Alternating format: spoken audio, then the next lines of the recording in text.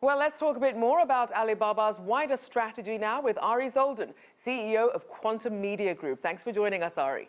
Hey, Rochelle, great to be here. Now, we're also seeing Alibaba having this push to be a data company. Why is this transformation so important for them? Well, if you think about it, and it's not just, Rochelle, it's not just Alibaba being a data company, but it's the entire technology ecosystem. People are so focused thinking that they're building products and services, but what's really behind that is data, and is data points, and these companies are collecting from the end user what their habits are, interests, their sex, and Alibaba too. Look, they shipped out 30 billion packages last year. They've got 500 million customers on their platform.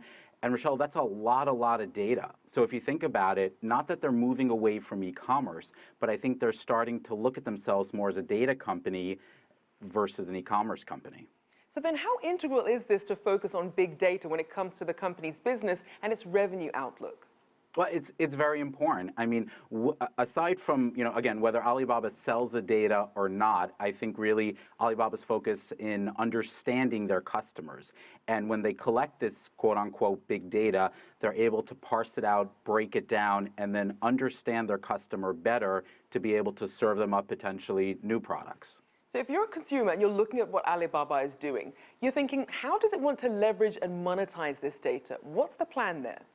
Well, it's twofold. The fact that they're producing an enormous amount of data, which means that they're going to be one of probably the largest holders of data in the entire world by far, but also gives them the opportunity to be able to build data centers, Rochelle, and also offer additional bandwidth. And similar to what Amazon Web Service does, now Alibaba is playing in that space as well.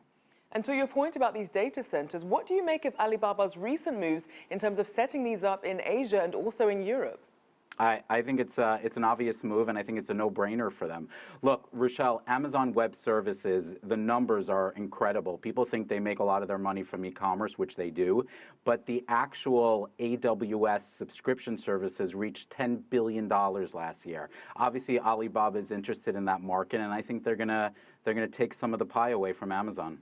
Now let's look at an issue that a lot of online commerce companies face, which is counterfeiting. We know that Alibaba launched its Big Data Anti-Counterfeiting Alliance this year and credits this improved data with a higher removal rate of counterfeit goods, really trying to improve its credibility and the consumer experience. What sort of progress are we seeing on that front?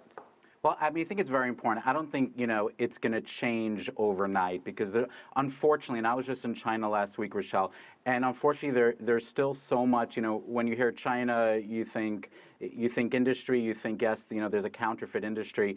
So I think that there needs to be, and I'm happy Jack Ma is in the United States to actually address this issue. And the fact that they're dealing with it head on, I think they're definitely in the step in the right direction. And speaking of being taken head on, we saw that there's a recent battle with logistics delivery company SF Express. What's your take on the developments there? I mean, they've got to get along, Rochelle. Again, Alibaba, 30 billion packages. Most of it went through logistic companies like SF Express.